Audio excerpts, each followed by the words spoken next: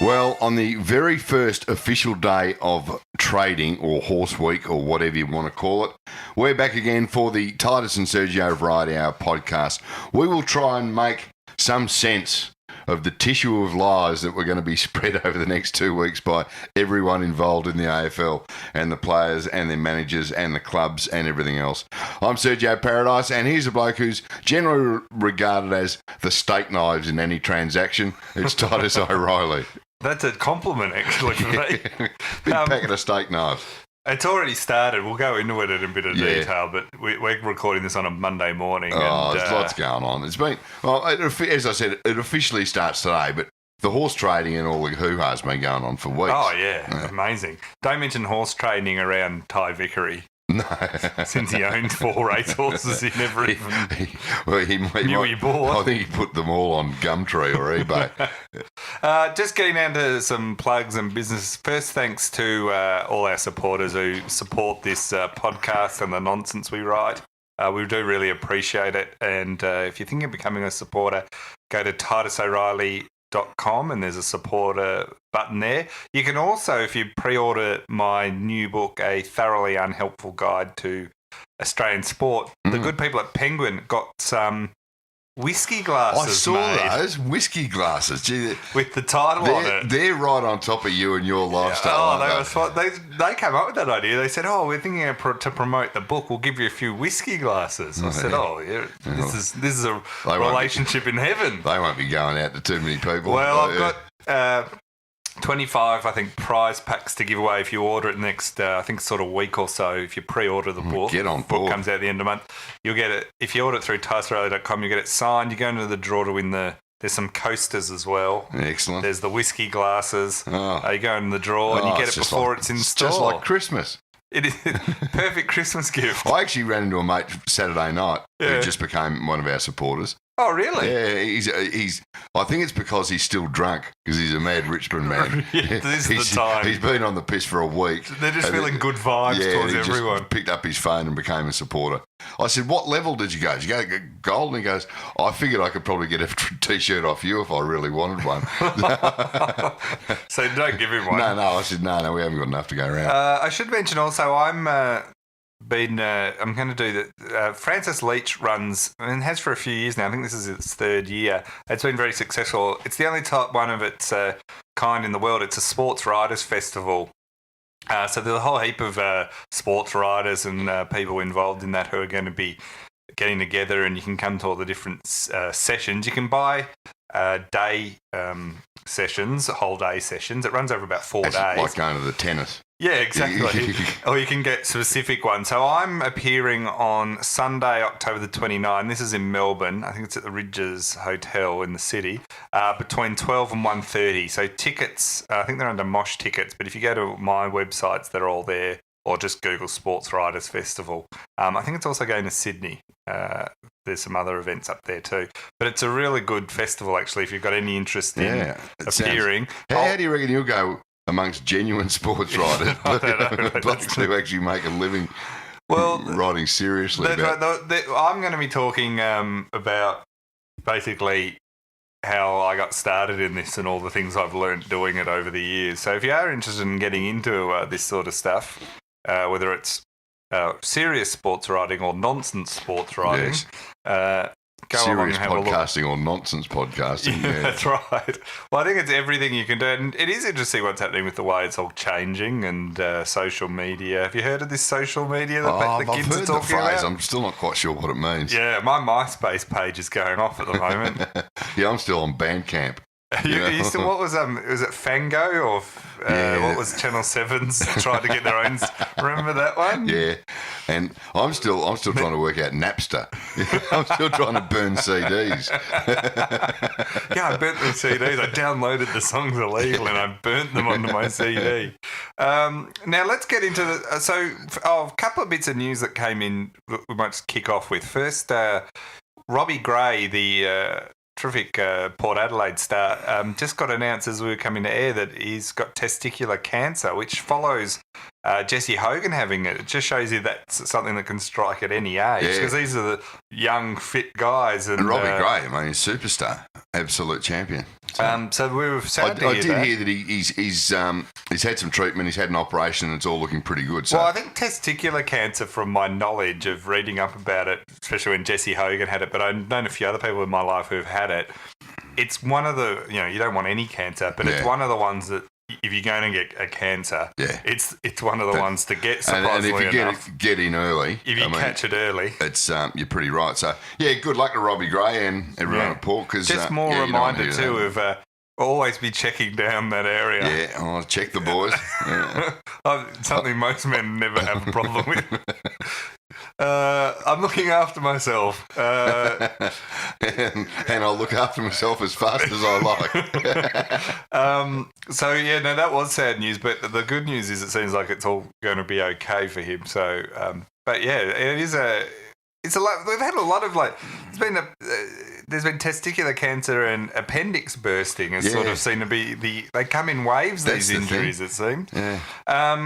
We should also mention this morning, I know you watched it and I watched it, Melbourne United, this is part of the NBL playing some NBA teams. They play the Oklahoma Thunder. Yeah, the OKC with and they were very Kevin Holbrook. They lost by a point. Yeah, they were in it the whole match. I mean, it was amazing. The first half, they were only sort of 3 or 4 points behind. Then they drew level, and then the third quarter, they dropped about 8 points behind at one stage. And I thought, here we go. They'll just I thought they wouldn't last. Shot their bolt, and OKC will just cruise away. But they had a red hot crack, and you have to say they were missing Chris Goulding, whose appendix had just burst last week in Adelaide when he went to Adelaide. Yeah, well, he probably did it deliberately himself. He probably just. He disemboweled himself with a sharp spoon. Your love of Adelaide continue. I thought you'd had a change of heart. Yeah, well, ever since this Jake Lever business, which we'll get to in a minute, I've gone off the joint again. All right, that was quick. But Melbourne United, they were fantastic this morning. They had an absolute red hot go, and I think old OKC they were a bit surprised. Well, considering they got Paul George, Carmelo Anthony, although I count that as a negative, and Russell Westbrook, they sort of. I just called him Kevin Holbrook. Kevin Holbrook, yeah. Russell Westbrook, that's who you're talking about.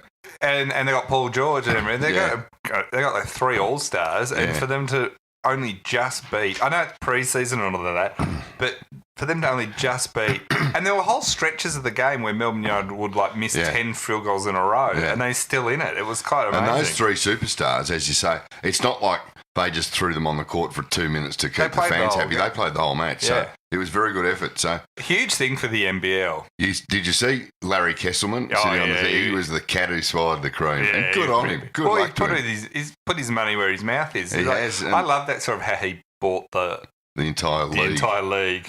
Who could buy the AFL, do you reckon? I think it costs a bit more, the AFL. It probably would. I mean, I think Larry got $7 million for the NBL. Yeah, and I think that was probably a zero too many at the time. But he's turned it around, though, because I was looking today at Melbourne United membership packages. Yeah.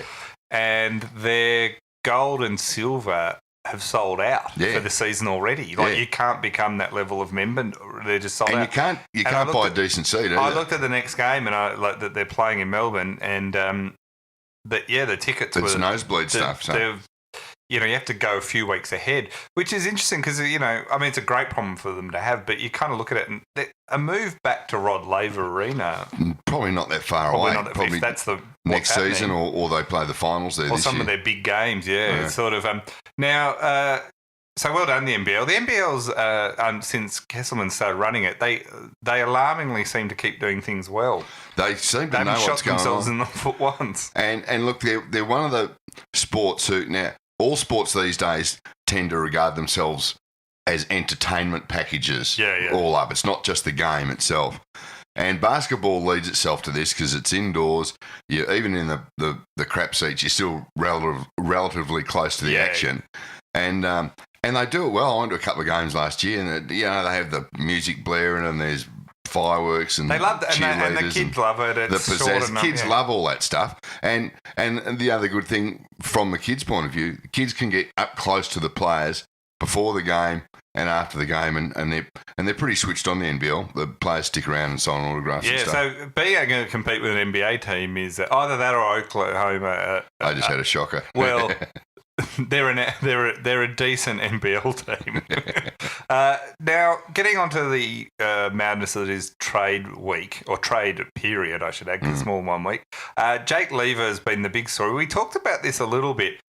Since we talked about it last week, it seems to have got more personal between Adelaide and Lever.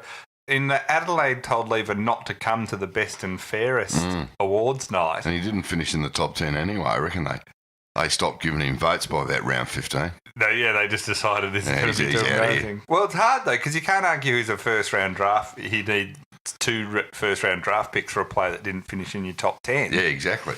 So, but you're right. It has got nasty and personal. Well, I don't... See, the thing about this is Adelaide now remind me of someone who's just getting... They've been dumped a few times now, so they're overreacting. They didn't handle the Tippett one well. No. In some ways, they probably handled the Dangerfield one slightly better. Yeah. But then this one has been, they've taken pushed them over the edge. Yeah, they've sort of gone it's like, you go. It's like the guy who's been dumped by 3 chicks in a row. Yeah. And then, he's a little stalker. He starts stocking up, What is a stage 5 clinger? Yeah. They're just a little bit too. Suddenly there's 100 texts from him all in one day. Well, I do feel genuinely, and this is a loophole I find interesting, is the way I understand it, and it's happened before, is Lever's still got a contract, but he says, I want out. Yeah. So I think a player's a right to say they want out of a club, I guess, for whatever reason. So, but then the player turns around, Lever's done this in this case, said, but I only want to go to Melbourne. And so that instantly limits Adelaide's ability to trade. To do a good deal. Because, there's no competitive tension in the negotiation. It's like, you send me Adelaide, and then he's got the ability to say, or I'll go to the draft and you'll get nothing. Now, I won't end up where I want. Now, you got to wonder, should there be the ability for a player to be able to, I can understand you saying, I want out, but being able to, there's always a balance in football and sporting leagues between, there's a reason you don't have complete free agency like in the real world where you can go wherever you want. Yeah. There is a restraint on trade a little bit because you're trying to also manufacture a fair system for the team. So you're trying to get the balance of the competition and individual club needs and the player needs, right? And so players kind of, by joining this thing, they're not signing up to a normal workplace and there are certain rules. And right now I feel a little bit like players can just say, well, I'll just hold you to ransom. Yeah, well, that's right. And the clubs very rarely have a comeback to that. Well, what's their choice? Look at Carlton last year. Yeah. With Gibbs wanting to go to Adelaide, and Adelaide threw the kitchen sink at him, and Carlton said, no, you're just not going. Yeah, and that's why, but in Lever's case, he shouldn't be able to say, or I'll just go to the draft and you'll get nothing. Yeah. Because then I just think it's like Adelaide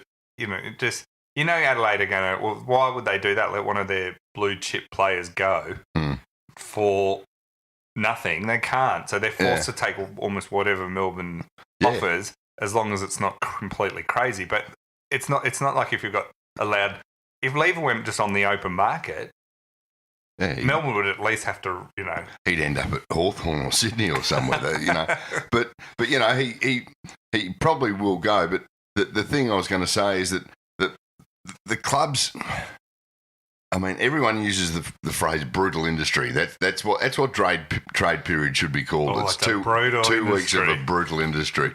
but and everyone says, the clubs will ditch you as soon as they can, or as soon as you outlive your. Which is true. Which is true. I must admit, I'm getting a little. Apart from the fact that Adelaide, I think, are carrying on far too much. They still haven't got over the fact that they didn't come to play on grand final day and got belted. And now anything that will slightly rub them the wrong way, they'll throw a tantrum like a Kyrgios or something. Yeah. Whereas they really... But I can understand Adelaide being annoyed. I feel like, too, I think they've handled this badly, Adelaide. Yeah, they have. But I can also understand why Adelaide would be pretty annoyed that they keep getting these star players and they can't retain them. Why do the people just keep leaving Adelaide? I don't know. Brandon Arnold wrote in, are Adelaide handling players leaving like they handled grand final pressure? It's a fair question. Chris thought Chris wrote this, and I put this in because he's spot on about this. Chris said, have you thought about doing a lever/lever pun, as in he's leaving? Yeah. Please give me credit on the podcast if you do. Now, the reason I added this in, Chris, is I probably got like 40 questions that were variations on the lever stayer. And as I pointed out last week, Channel 10 have already gone down that path. Oh, yeah, the one that you got. And I took them to task thinking they'd just misspelt his name, whereas they were using... It was an actual pun on the news. So who's the idiot there? Zano wrote in, how much has Sergio Paradise been in Lever's ear about hating Adelaide Town? Plenty by the looks. #conspiracy.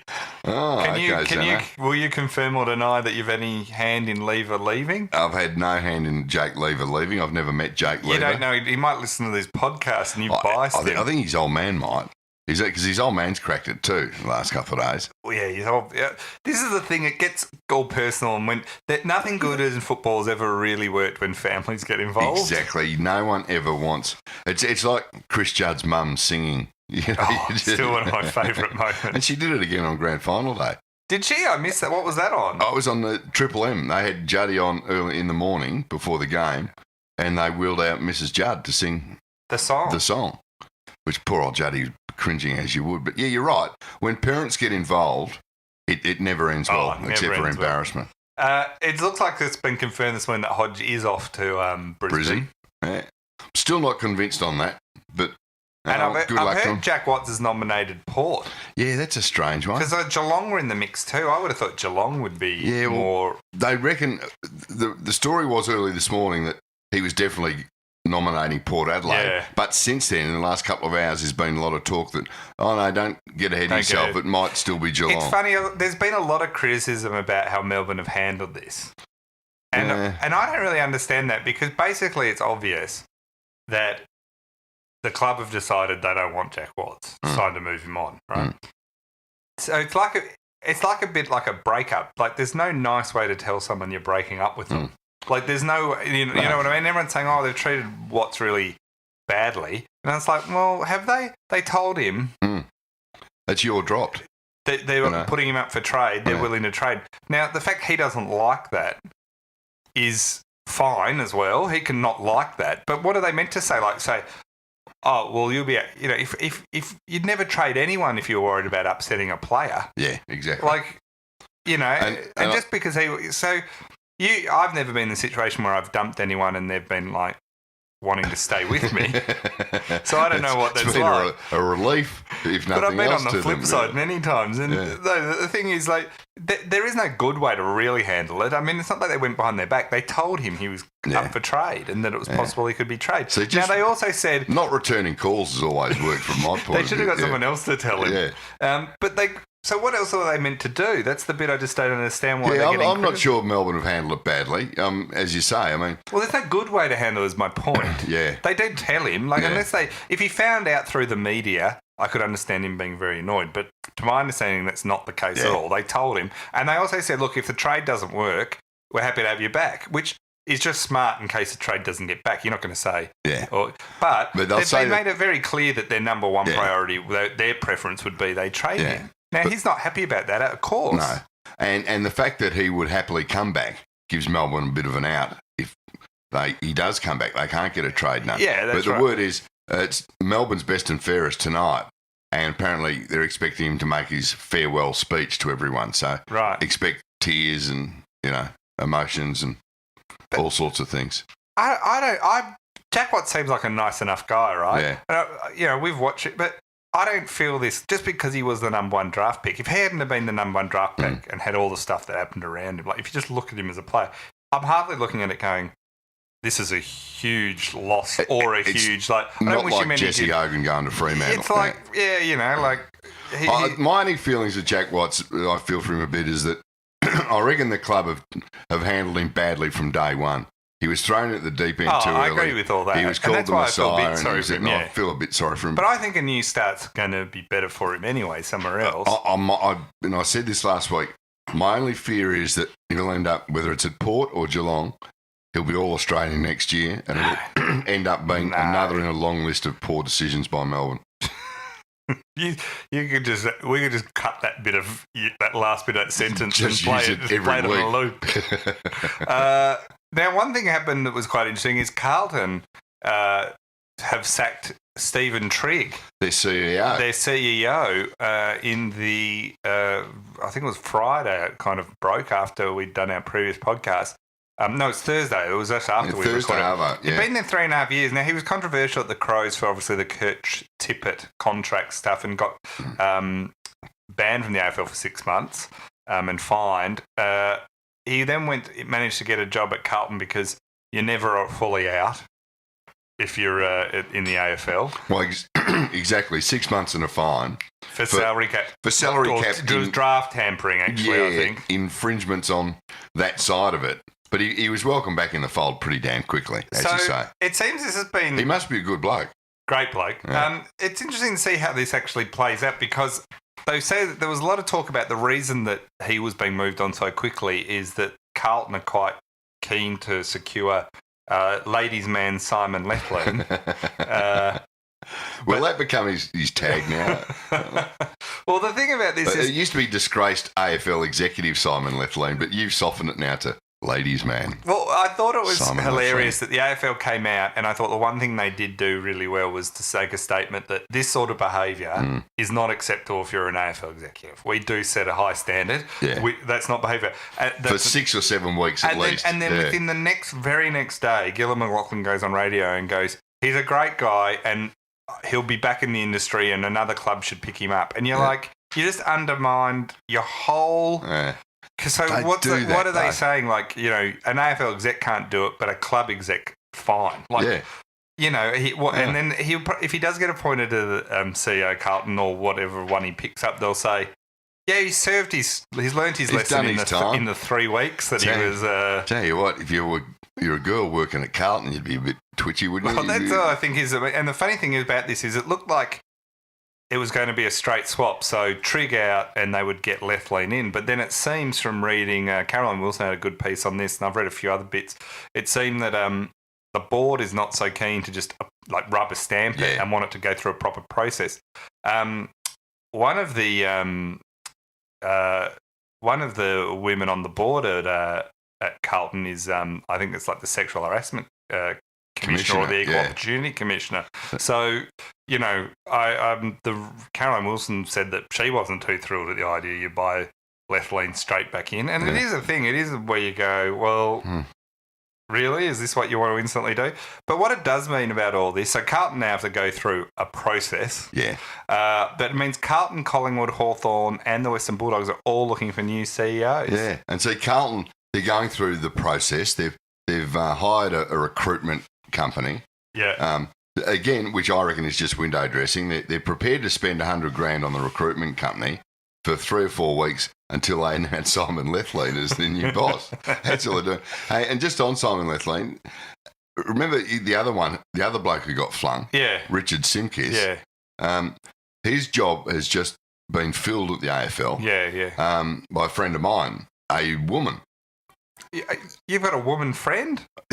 Well, you've got a friend. Two, it's a woman. Her husband's an old drinking mate of mine, put it that way. But she and I aren't close.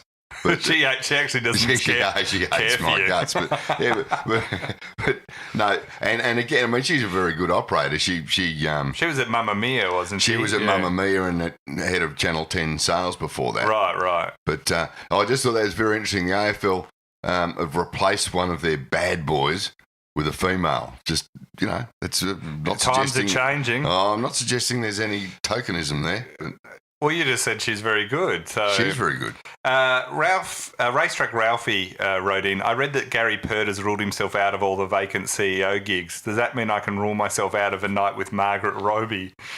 Ralphie, I think Margaret's pretty safe there. Yeah. When Ralphie wrote that, someone wrote back, "Don't give up the dream, Ralphie." Anyway, 4 clubs. If anyone wants to be a CEO of an AFL club, now's your time, really. Yeah. One of the funniest things that happened last week, or over the weekend rather, we're getting all the best and fairest at the moment. Yeah, you're getting plenty of them. Collingwood had a best and fairness. One, Collingwood have a new logo, so that's exciting. Nothing. Melbourne supporters can tell Collingwood supporters that there's nothing like a logo change to just fix the club And we've had plenty of logo changes. Don't worry about that. And so that was But this one, the new Collingwood one, doesn't have the word football in it. It's just simply Collingwood, I think. Right, because they're now a netball and women's football. Yeah, and the whole thing. They don't have an e-sports team though, do they? No. They have a hide-and-seek team? A Quidditch team? I think they're planning to be big in AFLX next year. If I was an AFL team, how are they not looking? Someone's not looking to do a partner with a Quidditch team. I'll tell you what, yeah.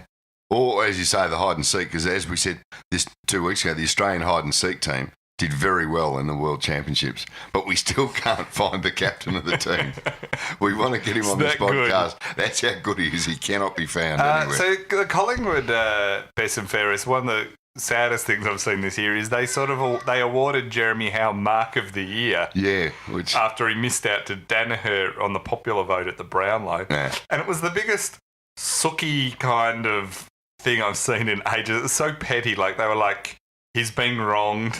Yeah, he's been he's not robbed. Nelson Mandela here. Like, yeah. And they were like, he kept in solitary for 28 like, this years. This is a grave injustice, one of the great injustices of all time.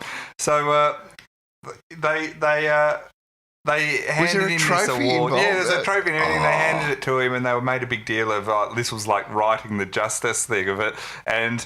But really, it's Collingwood's Mark of the Year. Yeah. And he admitted that he was not happy about it. I'm like, where's the good grace of this? Like, it was I think Danaher's vote got like 51% of the vote, and Howe's got 40%. So it didn't even. He wasn't brutally robbed. Yeah, it wasn't even close, really. So. Yeah. But even if it's completely wrong, it's Mark of the Year. Yeah, like, exactly. Who cares? Like, it's not. It's. But to keep banging on about and giving, what are they going to give the Coleman now to one of their leading goal kickers? You know, they award themselves did they award the Brownlow to Adam Treloar at the same thing? Like, what are they doing? Well, I think that following on from that, every player on the list got a participation medal, Thanks just like for trying. Auskick, But then also, like, this is when if I was a Collingwood supporter, I'd be going, is this what we're really focused on? Yeah, exactly. That I was just about to say.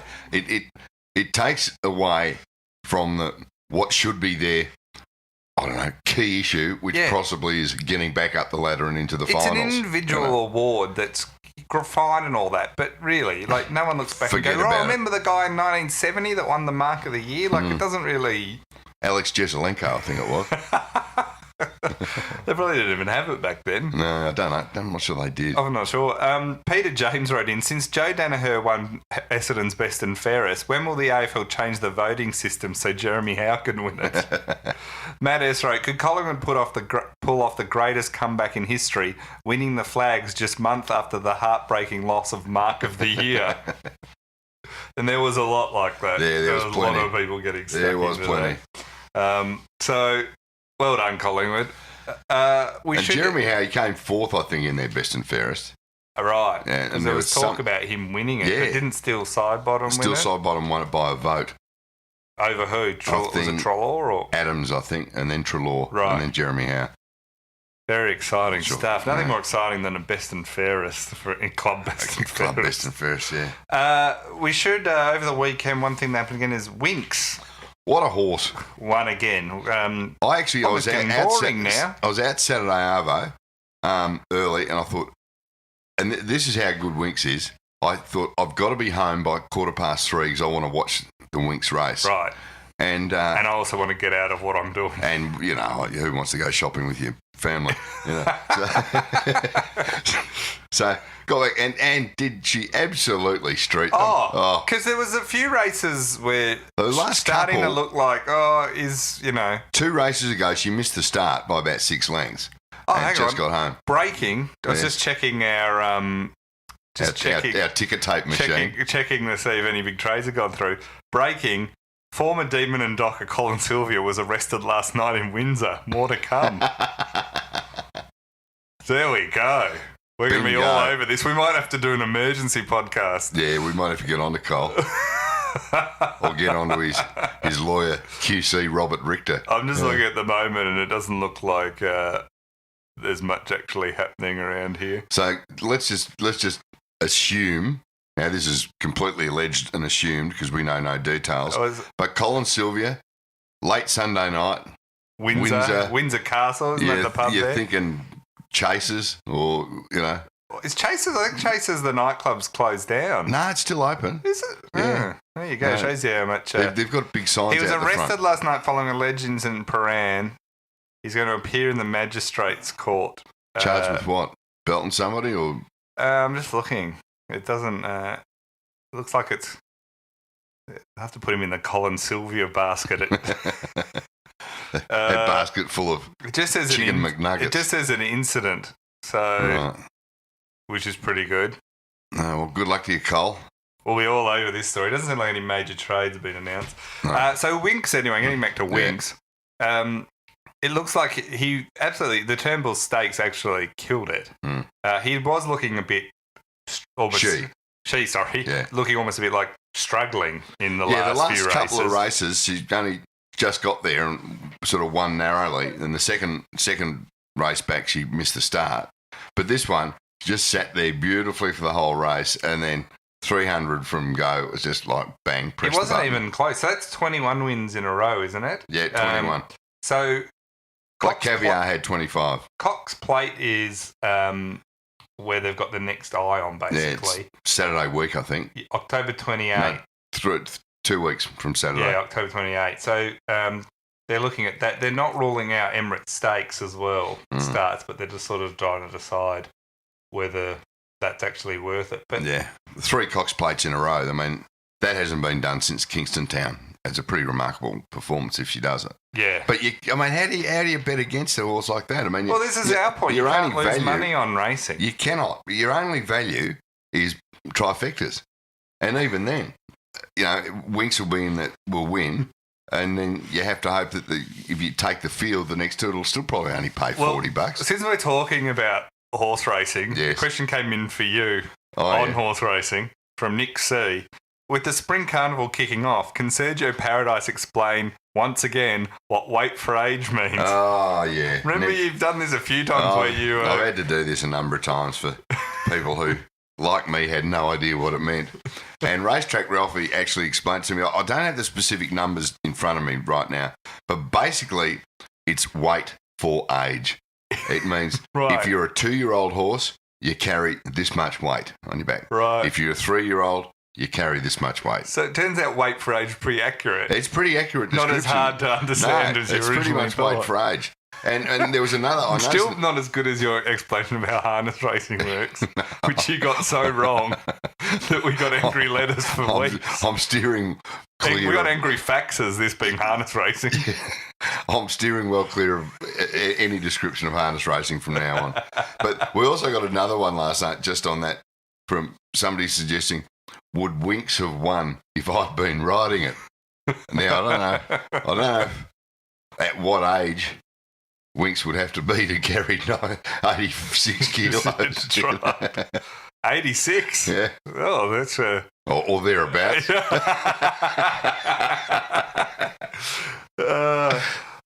So anyway, I love grand final period and then getting into races because the weather starts to be nice in Melbourne. You go from an horrendous winter. Yeah. And suddenly everyone's just in... And Melburnians start to wind down for Christmas around now. Yeah. This is everyone, you can just feel everyone starts to go, we're almost... I reckon we're only one weekend away from seeing Christmas trees on tops of cars. Yeah. It's that close. And the other great thing about this time of year too is with getting into the Spring Carnival, we've just finished the footy, and unless you're a Richmond supporter, it's history now. Yeah. But we all suddenly become experts on horses and horse racing, because we've just described Winx winning by 8 lengths, and what more is there to know? After that wait for age explanation, our listeners now are all over the entire industry. Bit of news, there's been, if anyone follows international politics, and I know all our listeners especially do, there's a lot of tension in the northwest of Spain. Spain is in Europe, if I'm not mistaken. See, wait for age is my specialty. Geography is yours. Catalonia, which is a part of Spain and an area, and it's based around sort of Barcelona. It's that northwest area, so it's got some big cities in that area. It's currently having a lot of nice architecture too. Beautiful spot. And they're having an independence vote at the moment, which the Spanish government has claimed is basically illegal and is trying to stop. This is about succession. They want to secede from Spain and become their own country. Yeah, their own country. Geez, they must be unhappy with how things are going in Spain with the government. Or Well, this has always been a bit of a point of... This is the weird thing about it, is how much, there's sort of... Is this actually good for anyone just because you do want to? So there's a lot of arguments around this at the moment. There's also the thing where sort of political borders are sort of sacrosanct, but at the same time, individual groups are allowed to determine their own way they're ruled. Their own future. So that clashes in this very much. So they're kind of... So not all in it, but Barcelona FC, the football club, have been heavily involved in this because they are obviously... Barcelona being the main country, main city in Catalonia, they sort of tied up with this whole view. So the point where you've had, various members of the club come out and speak either in favour or against, mainly in favour of succession. The Catalonia sports minister has came out and actually said if this ability, and there's all these things about even if the vote comes back overwhelmingly, which I think it's going to in favour of them succeeding. I don't know if that's necessarily going to be that. You could have really interesting legal and issues come out of that. But the Catalonian sports minister came out and said if they did leave Spain and Catalonia became its own independent country, that the various sporting teams that are covered in there that currently play in Spain's La Liga could possibly move to other leagues. They basically become free agents. So Barcelona FC. So they're now in Espanyol and Girona. They're in the Spanish league. They're all now. in the La Liga, which is Spanish's top league. So Barcelona, it's been talked about. Now this is all completely speculative, right? Yeah. This is like far from happening. But there's talk about could Barcelona actually go to the Premier League?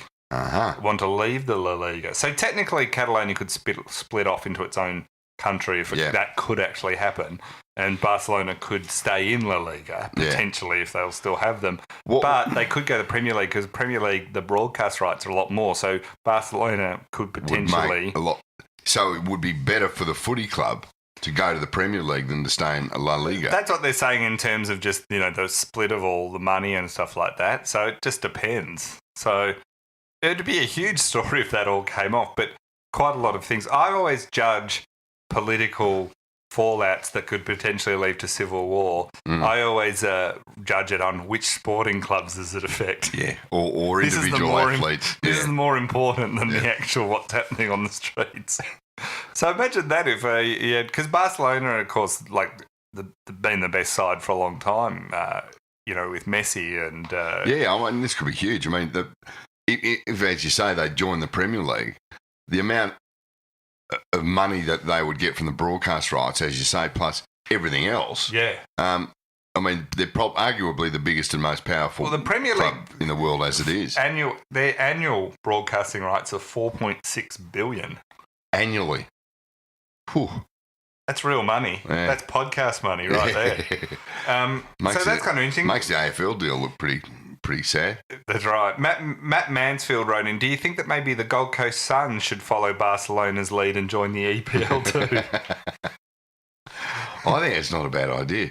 They might be better at a different sport. Yeah, Stewie Jew looks like a chunky little sort of midfielder anyway. We all remember how well Clive Palmer's A-League team did on the Gold Coast too. So that's in the NHL, the ice hockey, the National Hockey League in the US and Canada covers.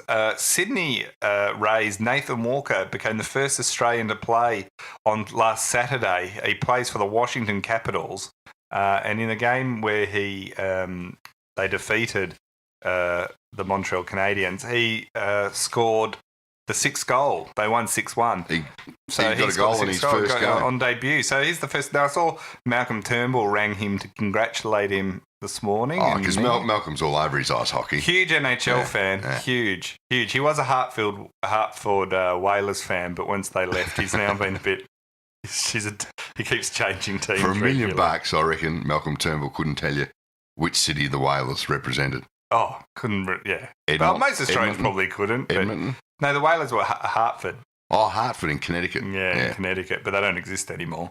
I've been to the Stanley Cup finals. And have you? Yeah. I've been to the NHL, but not the Stanley Cup. It's so good live. Yeah. It is one of the great sports. Oh, yeah, I agree with that. I was talking to someone just the other week who said, the NHL's back on telly. Yeah. And I said, I hate it on telly. Do you? Yeah, I don't mind on telly. I can't see on telly. I think it's just my eyes are shot. I can't see the puck. But with HGTV now, it's a lot better. Live, it's a very exciting sport to watch. It's a great sport. And they punch on too. They do punch on. Slightly different laws. So, but that's pretty big having a break because the local league here's been kicking along for a while and definitely growing. Does Nathan Walker have a basketball background? I hope so. Let's find out and inform the NHL. Did you hear on the NBA game this morning, the American commentators talking about Australia? Yeah, and Australian football. Yeah, but they had no idea. It was like talking about you might as well have been talking about another planet to them. Yeah. They were trying to work out how the seasons worked over here. Oh. And they're like, I think it's the reverse, And one of the guys goes, have you seen that Australian rules football? What a game. Yeah. And I think, I want to be the goal umpire with the white flags. And mate, just call the basketball, That was terrible. They were all over the shop. Getting into some listeners' questions, David Bridie wrote in, if there weren't laws pertaining to DUI, could Dusty have won Bathurst yesterday? He's on a bit of a roll. You'd have to say, but because he owns a racehorse and it won in the third main stage. It's called won at Flemington on Saturday. Yeah. So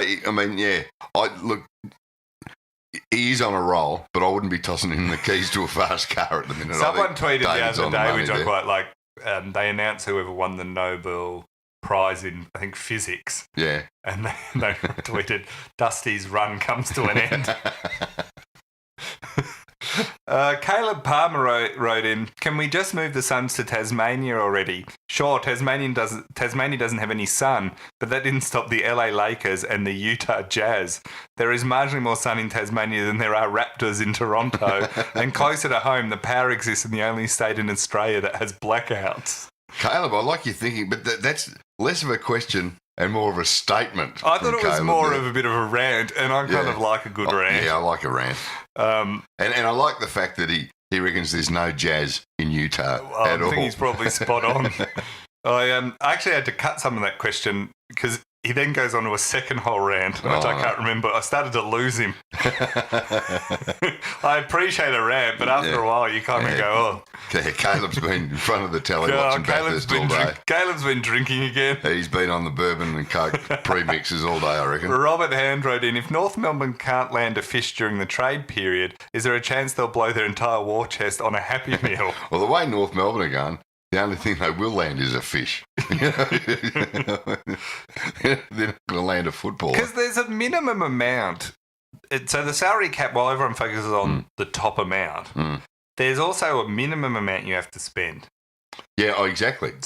And North have sacked half their players. So they're going to be paying some good coin to some people who really probably don't deserve it. Well, Ben Brown just signed a new deal the other day, but he's not going to be on your $1 million salaries. Well, they might have to spend some. I mean, there were years where the Demons would offer huge things because they just had no stars. So nobody would want to go there. Yeah. And that's proving the same at North because, they threw the kitchen sink at Josh Kelly and Dustin Martin.